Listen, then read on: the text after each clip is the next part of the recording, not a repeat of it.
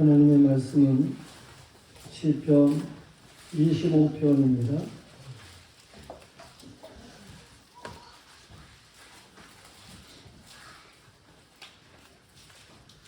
시편 25편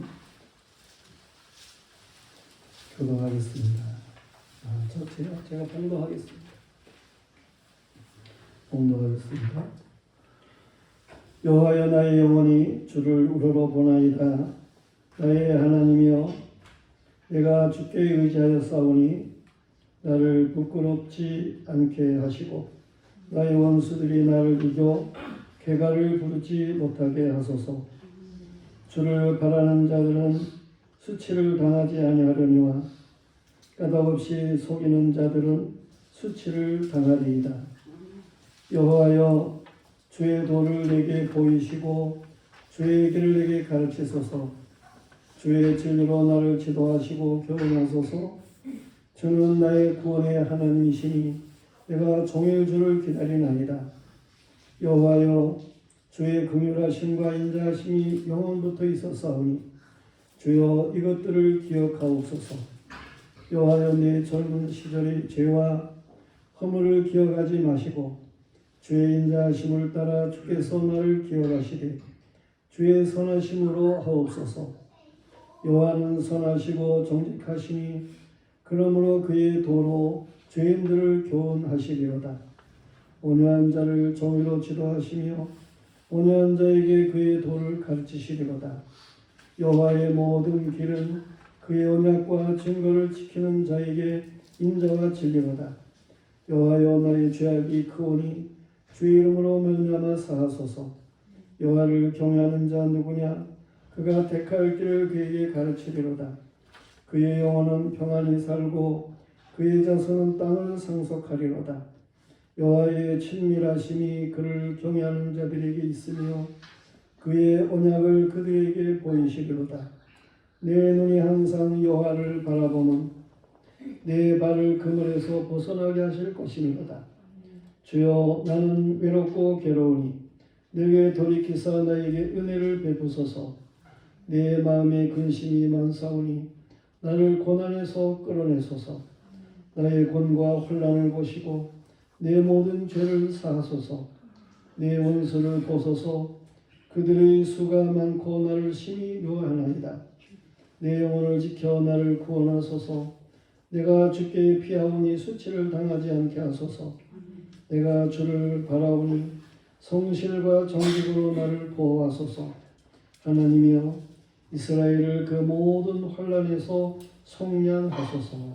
아멘. 이제 성가대 찬양하겠습니다.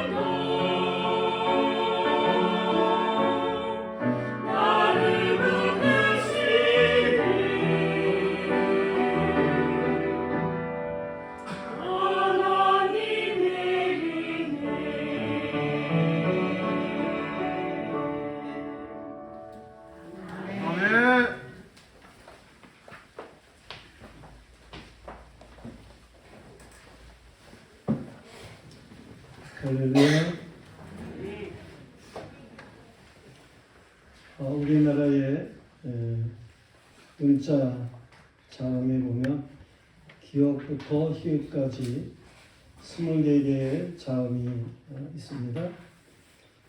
그런데 이스라엘 사람들 그들의 언어에 보면 역시 문자가 22개의 문자가 있습니다.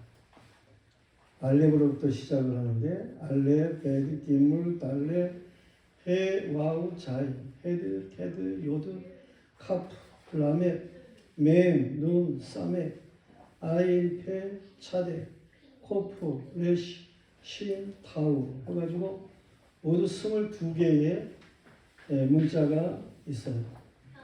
그걸 가지고 이제 단어들을 만들어서 말을 하게 되고 그러는 것이죠.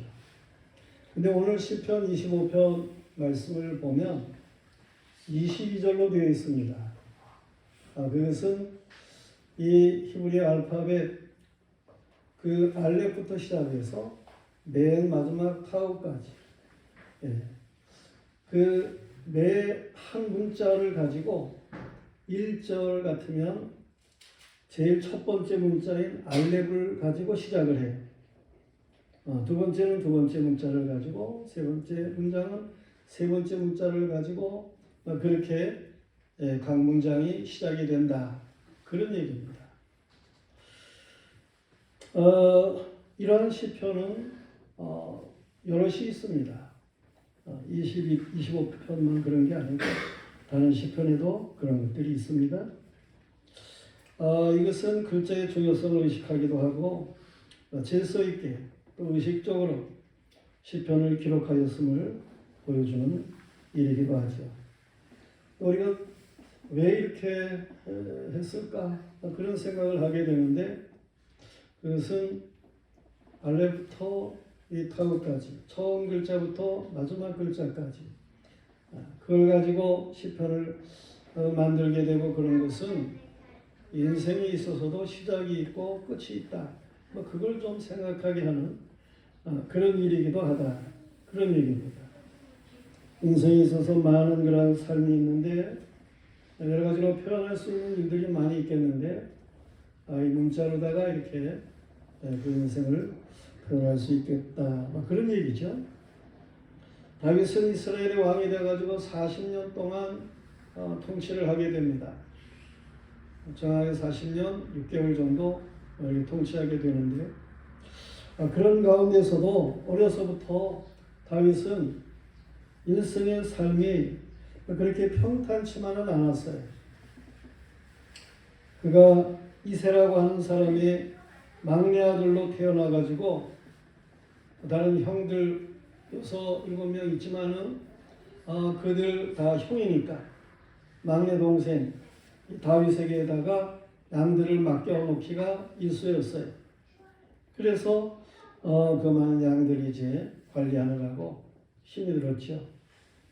그런가 하면은 블레셋 장수 골리앗을 대적해가지고 싸우기 시작한 그것으로부터 왕이 되어가지고 저도 주변의 모든 나라들과 전쟁을 해야 하는 그런 과도기적인 형편을 지나야 되기 때문에 다윗은 일생에 피를 흘리는 전쟁을 많이 한 그런 사람이었어요. 사울 왕, 이 다윗보다 앞에 왕이 사울이라고 하는 왕인데 이 사울 왕의 시기를 받아가지고 젊은 시절 그는 많이 이렇게 도망을 다녀야 하는 그런 일들이 있었고 또 다윗이 낳은 아들들 저들이 갈등을 일으키는 그런 가운데 왕이 돼서도 말이에요. 많은 어려움이 있었고 나중에는 압살롬 아들이 반역을 해가지고 이 왕위를 계승하는 문제 여러 가지 어려움이 많이 있고 그랬습니다. 사실 누구나 인생을 살펴본다고 할 것 같으면 크고 작은 많은 수고와 슬픔이 있게 마련인 것이죠. 모세가 그렇게 얘기를 했어요. 사람이 살면 70이고 강건하면 80인데 그 삶이 신속히 날아가듯 하고 그리고 그 삶은 수고와 슬픔뿐이다. 그런 이야기를 모세가 했습니다. 그처럼 인생의 삶은 수고와 슬픔이 많아요. 그러나 이러한 문제들, 수고와 슬픔이라고 생각되는 이러한 문제들을 어떻게 대처하고 극복하느냐 하는 것에 따라서 삶에 큰 차이가 있다고 말할 수 있습니다. 다윗은 많은 어려움 가운데에서도 그런 시편, 이 150편이나 되는 이런 많은 시편, 하나님을 찬양하는, 감사하는, 기뻐하는 이러한 삶이 넘쳤음을 볼 수 있어요. 모든 어려움을 슬기롭게 넘어서 결국은 승리로 만족하는 삶을 다윗은 살았다. 그런 얘기입니다.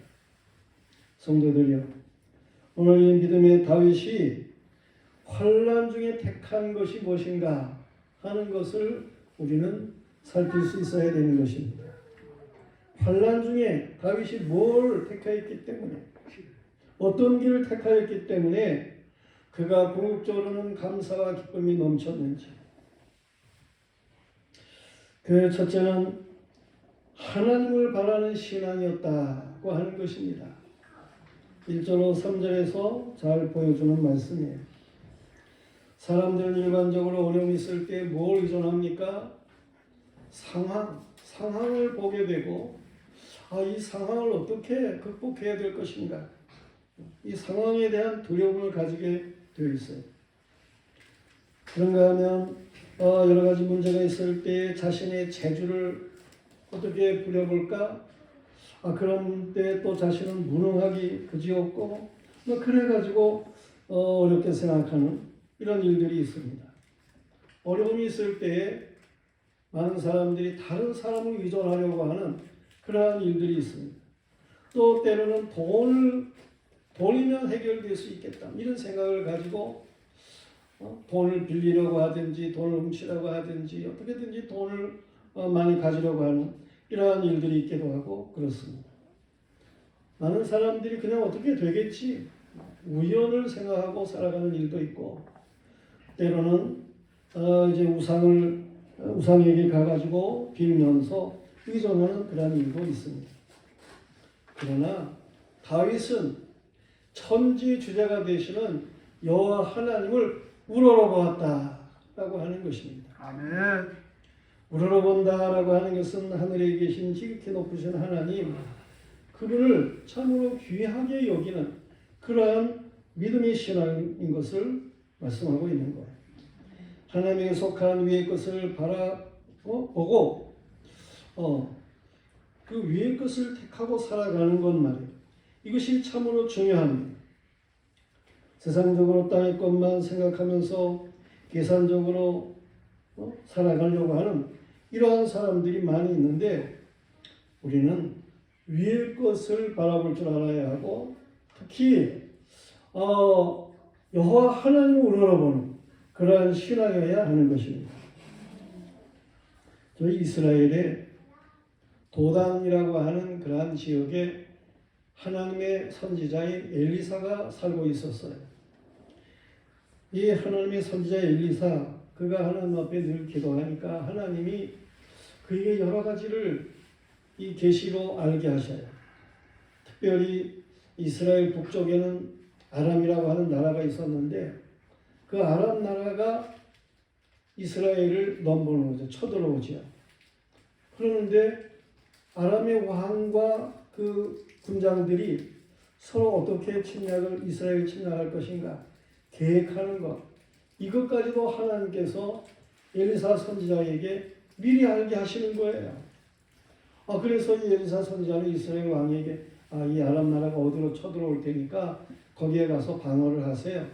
그래가지고 미리 방어를 하는 일이 있어가지고 아람이 번번이 침략을 하다가 실패를 합니다. 그래서 아람 왕이 우리 가운데 누가 스파이가 있나? 그런데 그게 아니라는 거죠. 이 이스라엘에 엘리사 선지자가 있어가지고 다 하기 때문에 그렇습니다. 그러면 그 엘리사부터 우리가 처단을 하자.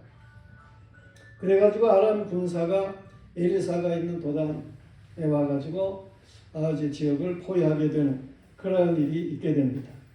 어느 날 아침에 이 엘리사의 종 게하시가 아침에 밖에 나가 보니까 이 아람의 군사들이 와가지고 몇 겹으로 포위를 하고 있는 거예요. 그러니 두려워가지고 엘리사 선지자에게 이 아람이 이렇게 와가지고 군사가 와서 에워싸고 있습니다.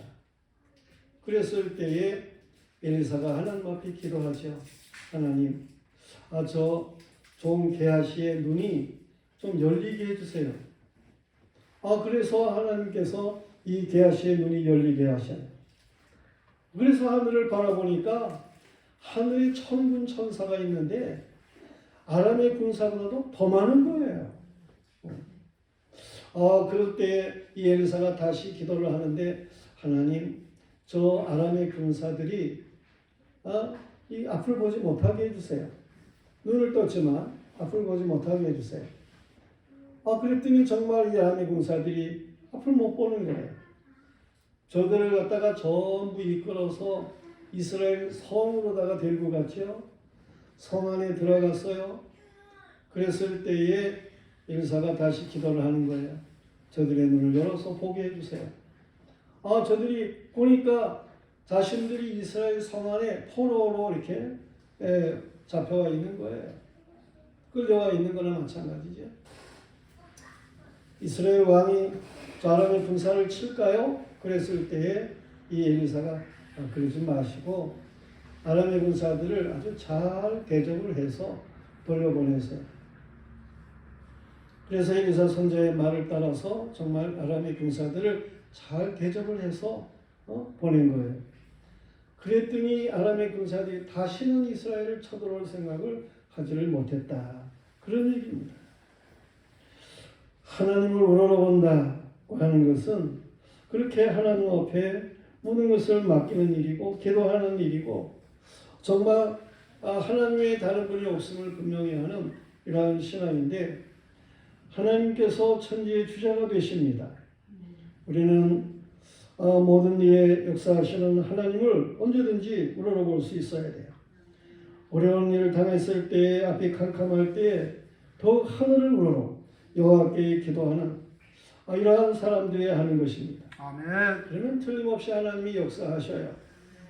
시편 50편 15절 말씀에 보면 환난 날에 나를 부르라. 내가 너를 건지리니 내가 나를 영화롭게 하리로다. 그러셨어요. 하나님이 돌아보신다는 것입니다.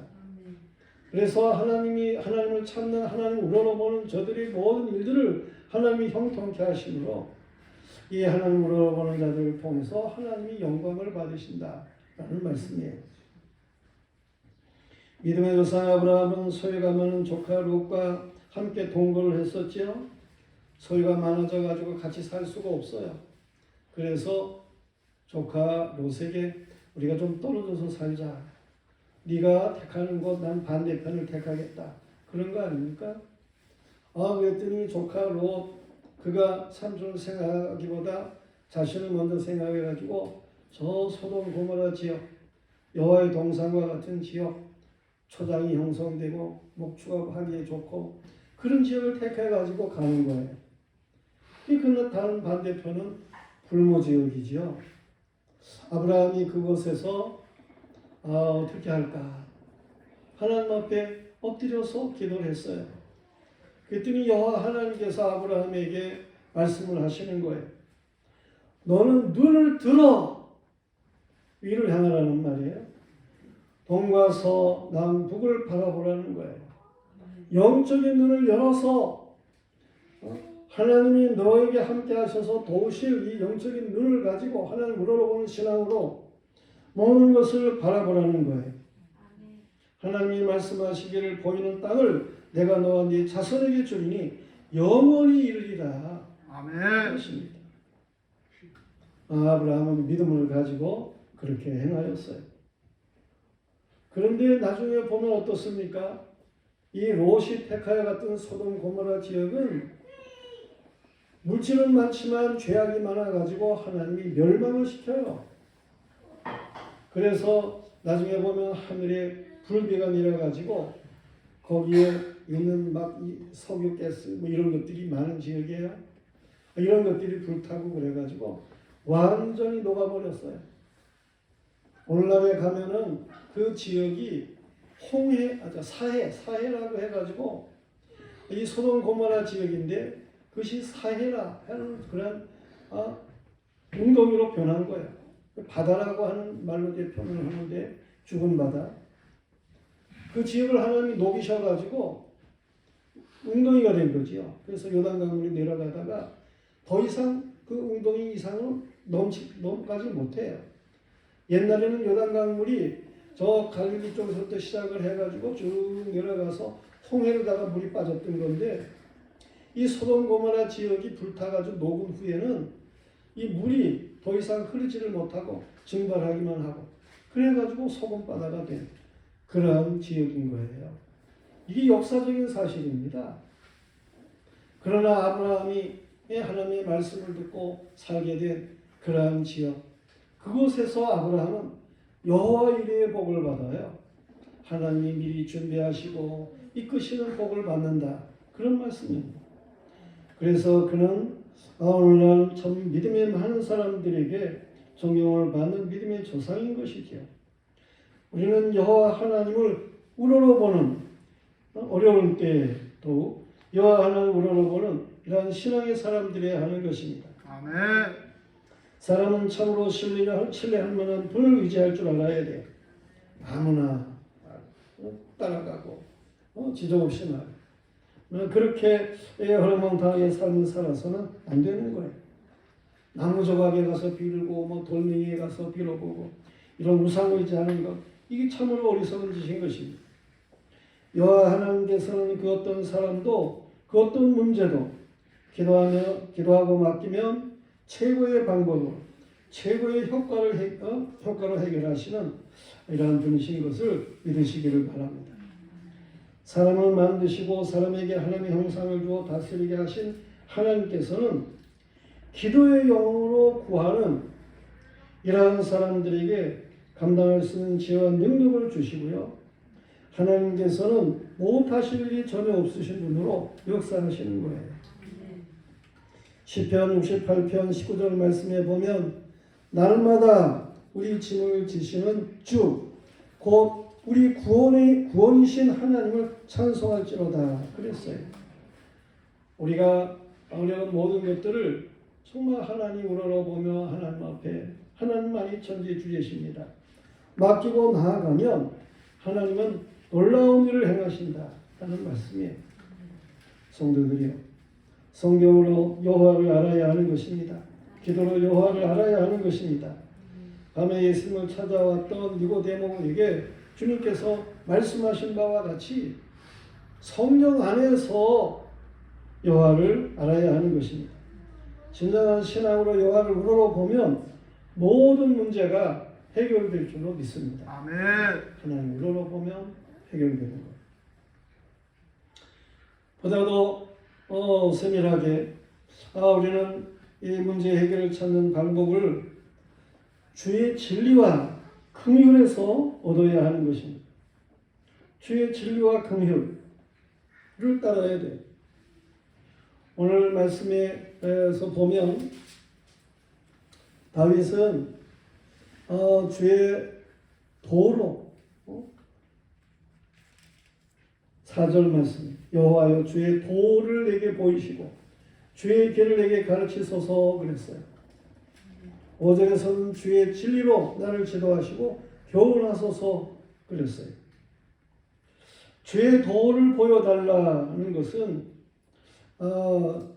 이것이 이게 뭔가 어려울 때에 이 주의 말씀을 보여주세요, 알게 해주세요, 이러는 것인데 이게 말씀으로 우리가 나가야 하나? 이러한 모든 것 가운데에 우리가 이미 앞에서 얘기한 것과 같이 사람 의존하고 돈이면 될 것 같고 자신의 어떤 그 힘쓰고 있으면 되지 않겠나 이런 생각을 가지는 그런 일들이 있게 되는데 그렇지가 않습니다. 우리는 주의 말씀으로 나갈 줄 알아야 돼요. 이 말씀은 위급할 때 참으로 중요한 말씀을 알고 이해하는 것은 인격 수양 정도가 아니에요. 예수님은 하나님의 말씀으로 이 마귀의 시험을 물리치셨어요. 죄도는 위기 때에 지혜를 주고 피할 길을 주는 것입니다. 이 이사야서 55장 8절 9절 말씀에 보면 하나님께서 말씀하시기를 내 생각은 너희 생각과 다르며 내 길은 너희 길과 달라서 하늘이 땅보다 높음 같이 내 길은 너희 길보다 높으며 내 생각은 너희 생각보다 높으니라 그랬어요. 사람의 생각이 아무리 옳은 것 같아도 여호와 하나님께서 아니면 아닌 거예요. 아멘. 여호와 하나님께서 말씀하시는 것이 우리 생각에 참으로 아닌 것 같아도 하나님이 말씀하시는 그 길이 바른 길입니다. 진리의 길입니다. 왜냐하면 하나님은 천지의 주제이시기 때문에 그렇습니다. 하나님은 전능하신 하나님이시기 때문에 그렇습니다. 하나님이 모르시는 것이 없으신 전지하신 하나님이십니다. 예수 그리스도는 자신을 가리켜서 길이 되시고 길이라고 말씀하시고 진리라고 말씀하시고 생명이라고 말씀하셨어요. 예수님은 영원히 시간에 계셨던 분이에요. 말씀으로 하나님과 함께 계셨던 분이에요. 요한복음 1장 1절이 잘 말씀해 주고 있어요. 태초에 말씀이 계시니라. 이 말씀이 하나님과 함께 계셨으니 이는 곧 하나님이시니라. 이 말씀이 육신이 되어 우리 가운데 오시니가 예수 그리스도이신 거예요. 아멘. 그렇기 때문에 자신을 길이라고 말씀하시고 진리라고 말씀하시고 생명이라고 말씀하시는 거예요. 예수님께서는 말씀하시기를 진리에 대하여 증거하려 함이로다. 무릇 진리에 속한 자는 내 소리를 듣느니라 그랬습니다. 예수 그리스도는 우리가 회복하여야 할 하나님 형상 그 자체이신 거예요. 장차 이 세상에 오실 예수 그리스도 그를 중심으로 해서 최초의 아담도 창조가 된 것이다 라는 사실입니다. 우리는 이처럼 진리이신 예수 그리스도 안에서 예수님이 그 말씀으로 사셨던 것처럼 이 성경의 모든 말씀들이 이게 다 하나님의 말씀이고 이 예수 그리스도에 대한 말씀이고 예수 그리스도를 통해서 성취될 말씀이고 예수 그리스도 안에서 복된 그러한 말씀인 것을 주고 있는 것인데 그래서 예수님은 오셔가지고 말씀대로 사셨어요. 성경대로 사신 거예요. 그를 통해서 진리가 나타나게 되고 그러는 것이죠. 우리는 이러한 진리이신 예수 그리스도 안에 삶을 살아갈 때에 참된 자유가 있게 됩니다. 아멘. 그래서 요한복음 8장 32절에서 잘 말씀해 주고 있습니다. 진리를 알지니 진리가 너희를 자유케 하리라. 진리는 불변이고 진리만이 문제의 완성을 가져오는 거예요. 질병의 문제, 가난의 문제, 불행의 문제, 두려움의 문제, 염려되는 문제, 각양 혼란의 문제의 키가 바로 예수 그리스도이시다 하는 거예요. 예수님이 키가 되시는 거예요. 열쇠가 되시는 거예요. 우리는 주의 도와 진리로 가르침을 받아야 하는 것입니다. 진리가 삶에 적용되도록 살아야 하는 거예요. 하나님을 믿는다고 하면서도 이 하나님의 말씀과는 전혀 관계가 없이 자기 멋대로 살아가는 그러한 삶은 문제 해결이 있을 수가 없어요. 하나님을 믿는다고 하는 것은 성경 말씀을 들은 대로 그 말씀의 생활에 적용이 돼야 되는 거예요. 그런가 하면 이 진리로 우리가 살아가야 될 뿐만 아니라 그 말씀은 주의 긍휼과 인자하심을 우리에게 알게 합니다. 환난 문제는 주의 긍휼을 떠났기 때문인 거예요. 하나님이 우리를 사랑하시는데 긍휼히 여기시는데 인자하게 우리에게 사랑을 베푸시는데 이것 떠나가지고 자기 멋대로 살아가게 될 때에 우리의 삶엔 환난의 문제가 있게 되는 거예요. 주의 긍휼을 받도록 하나님 앞에 서면 모든 환난은 떠날 줄로 믿습니다. 아멘. 환난으로 불안해하는 것은 여호와의 긍휼을 모를 때 느끼는 감정인 거예요. 여호와 하나님의 긍휼하신 그 인자하심을 알게 되면 환난의 두려움이 사라지도록 되어 있습니다. 왜요? 주의 도우시는 긍휼을 알고 믿는 사람들. 그들은 하나님은 사랑이시니까, 하나님 긍휼이 많으신 분이십니다. 그 긍휼로 하나님을 의존하는 자를 도우시는 분이시니까, 하나님이 날 사랑하신다라고 하는 것이 그게 믿어지는 하나님의 긍휼을 아는 사람이라고 할 것 같으면 어려움 가운데 인내하게 되어 있습니다. 그 인내는 연단을 가져오는 거예요. 연단은 소망을 이루는 일을 우리에게 주는 것입니다. 주님이 나를 사랑하신다는 확신만 있으면 환난은 환난이 아니에요. 환난을 당하나요? 내가 사생자가 아니다 라는 사실을 믿으시길 바랍니다. 하나님이 나를 사랑하신다, 나는 하나님의 자녀다 라고 하는 사실을 믿으시기를 바랍니다. 아멘. 아버지가 자녀를 어떻게 긍휼히 여깁니까?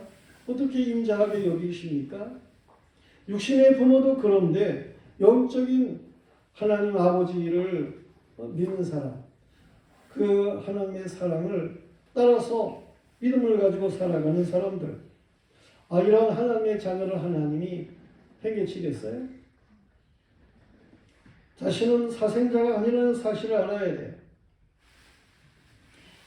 말씀은 우리에게 가르치기를 내 고초와 재난, 습과 담즙 이런 것들이 있을 때에 그걸 좀 회상해 보라는 거예요. 내가 하나님 앞에 잘못한 것은 없는지, 하나님이 왜 나에게 이런 고초를 주시는지 좀 중심에 회상해 보라는 거예요. 중심에 회상한 즉 여호와 하나님의 본심이 아니구나 하는 것을 알 수 있다는 거예요. 하나님이 나를 망하게 하기 위해서 이런 어려움을 주시는 게 아니로구나.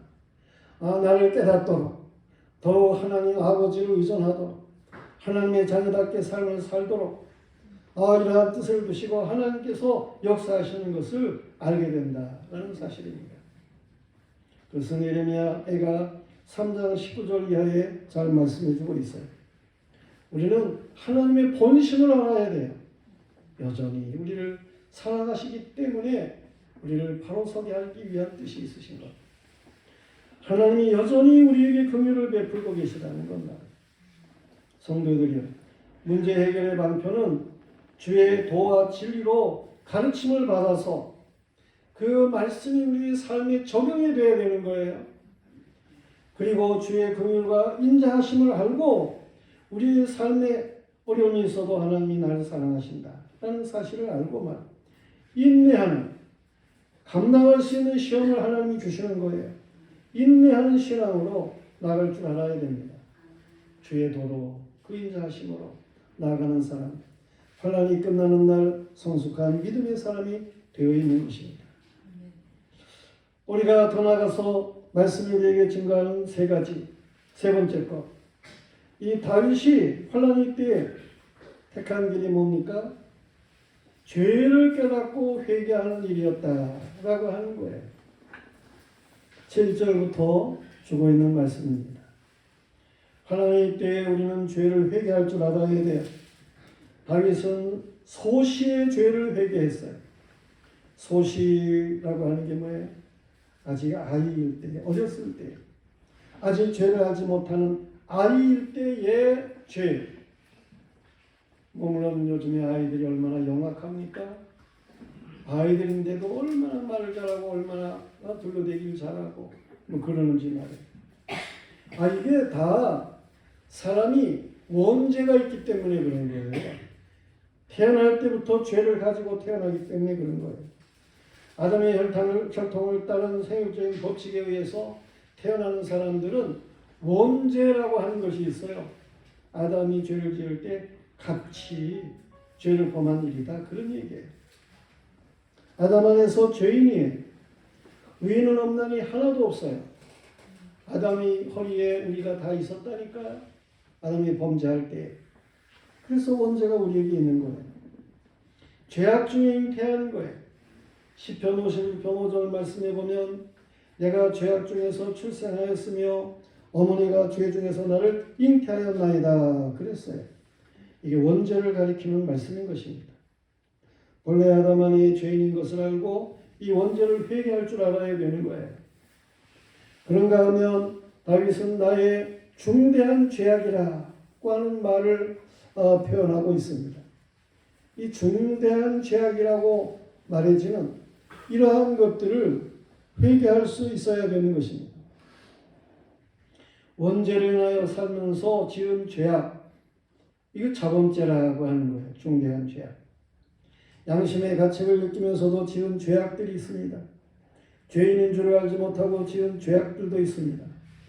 성령을 슬프게 하면서 지은 죄악들이 있습니다. 그러나 하나님의 강권적인 역사로 우리는 예수 그리스도 안에 믿음을 가지게 된 것이죠. 참 빛이 되시는 예수께서 오시면 그 믿음으로 말해 예수께서 중심에 오는 사람들은 어떻게 됩니까? 빛이 들어오면 내가 죄인이었구나 하는 것을 알게 돼요. 죄를 알게 됩니다.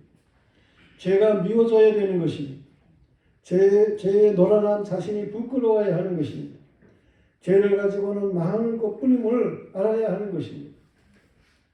빛이 정말로 참빛 되시는 예수께서 정말로 들어온 사람이라고 할 것 같으면 이 죄를 알고 죄를 회개하는 그러한 일이 있게 되는 거예요. 이 죄를 예수님이 대신 담당하시고 이렇게 우리의 죄를 사하기 위해서 역사하셨구나. 이런 거를 알고 죄를 미워하고 전적으로 자신을 이 예수님의 십자가에 의존한 이러한 신앙이 되는 거예요. 예수 그리스도 안에 살아가면서도 죄를 짓는 그러한 일이 있을 때에 정말 우리는 하나님 앞에 이제 환난을 당하게 되죠.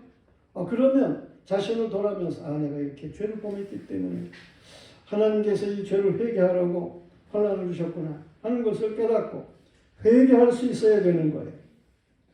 죄를 입을 열어서 고백하지 않으면, 회개하지 않으면 그러면 중심이 답답할 수밖에 없습니다. 죄를 가지고는 문제가 풀리지를 않습니다. 시편 30편 3절 말씀에 보면 내가 입을 열지 아니할 때에 종일 신음함으로 내 뼈가 쇠하였도다. 그런 말씀이 있어요. 죄를 회개하지 않으니까 여전히 고통 가운데 있게 된다. 그런 얘기입니다. 토설하지 않는 죄를 하나님이 징계하시는 거예요. 우리는 환난의 때에 죄를 이 원죄, 자범죄라는 모든 죄악들을 정말 하나님 앞에 온전하게 회개할 수 있어야 돼요. 베드로와 같이 울며 회개해야 됩니다.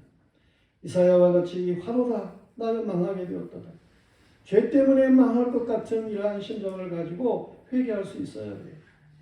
세리와 같이 가슴을 치면서 나는 죄인입니다 라고 하나님 앞에 회개할 줄 알아야 되는 거예요. 죄를 회개하면 성령을 선물로 받습니다. 아멘. 유쾌하게 되는 날이 주께로부터 임합니다. 여러분 죄를 회개하세요. 죄의 사함을 받아야 됩니다. 그러면 자유롭게 되는 것입니다. 우리는 더 나아가서 여호와를 경외해야 되는 거예요. 죄를 회개함과 함께 이 회개라고 하는 것은 여호와를 경외하는 것으로 나가는 일이에요. 죄를 뉘우치는 정도만 되어서는 안 되는 거예요. 주의 가르치는 길로 가야 되는 것입니다. 하나님의 자손으로 땅을 상속해야 하는 것입니다. 여호와는 주의 언약을 보이셔요. 여호와는 발을 그물에서 벗어나게 하십니다. 믿음의 사람은 옛사람과 죄악을 벗어버리고 새 사람으로 살아야 하는 것입니다. 이 회개라고 하는 것, 회자는 이 뉘우칠 회자가 되는 거예요. 개라고 하는 것은 고칠 개자가 되는 거예요. 그런데 뉘우치기만 하고 고치는 것은 없다? 그러면 예수님은 십자가에 다른 이 가룟 유다와 같은 거예요. 가룟 유다 예수님을 팔아먹었는데 그게 나중에 생각하니까 정말 잘못한 일인 거예요. 그래서 뉘우쳐요. 뉘우치지만 개는 아니에요. 삶을 고치는, 예수님에게 전적으로 자신을 맡기는 그러한 삶을 살진 않아요. 그래가지고 뉘우치고는 가서 목매달아 죽는 거예요. 그런 사람은 지옥 가는 거예요. 뉘우치기만 해서는 안 되는 거예요. 삶을 고쳐야 되는 거예요. 바르게 살아야 됩니다. 성도들이요, 내 제3을 받았느니라 선언이 되면 모든 문제는 떠나가는 줄로 믿으시길 바라요. 아멘. 모든 문제는 죄의 문제이기 때문에 그렇습니다. 이 말은 성경에 있는 말씀이기도 하지만 예수님을 믿은 저 인천 산업작전의 네거더 장군도 한 말이에요. 모든 문제는 죄의 문제다. 그가 그렇게 얘기를 했어요. 우리는 하나님 앞에서 철저하게 죄를 회개해야 됩니다. 오늘 말씀을 다시 정리하면 환난의 때에 우리는 여호와 하나님을 우러러 앙망해야 하는 것입니다. 아멘. 이 환난의 때에 우리는 주의 도인 진리로 가르침을 받아야 하고 주의 긍휼과 인자함을 믿고 하나님 앞에 나가야 하는 것입니다. 이 환난의 때에 숨은 죄악의 원인인 이 원죄와 자본죄를 철저하게 회개하고 주님을 따르는 이 변화의 삶을 살아야 하는 것입니다. 그러면 환난은 물러가는 거예요. 환난은 결국 승리, 대가를 부르도록 정말 이 환난이 변해서 감사와 기쁨이 넘치는 이러한 역사가 다윗에게와 같이 나타날 줄로 믿으시기를 바랍니다. 아멘. 이 시간 우리가 다 같이 일어나셔서 주보에 있는 나의 영혼이 찬양을 부르겠습니다.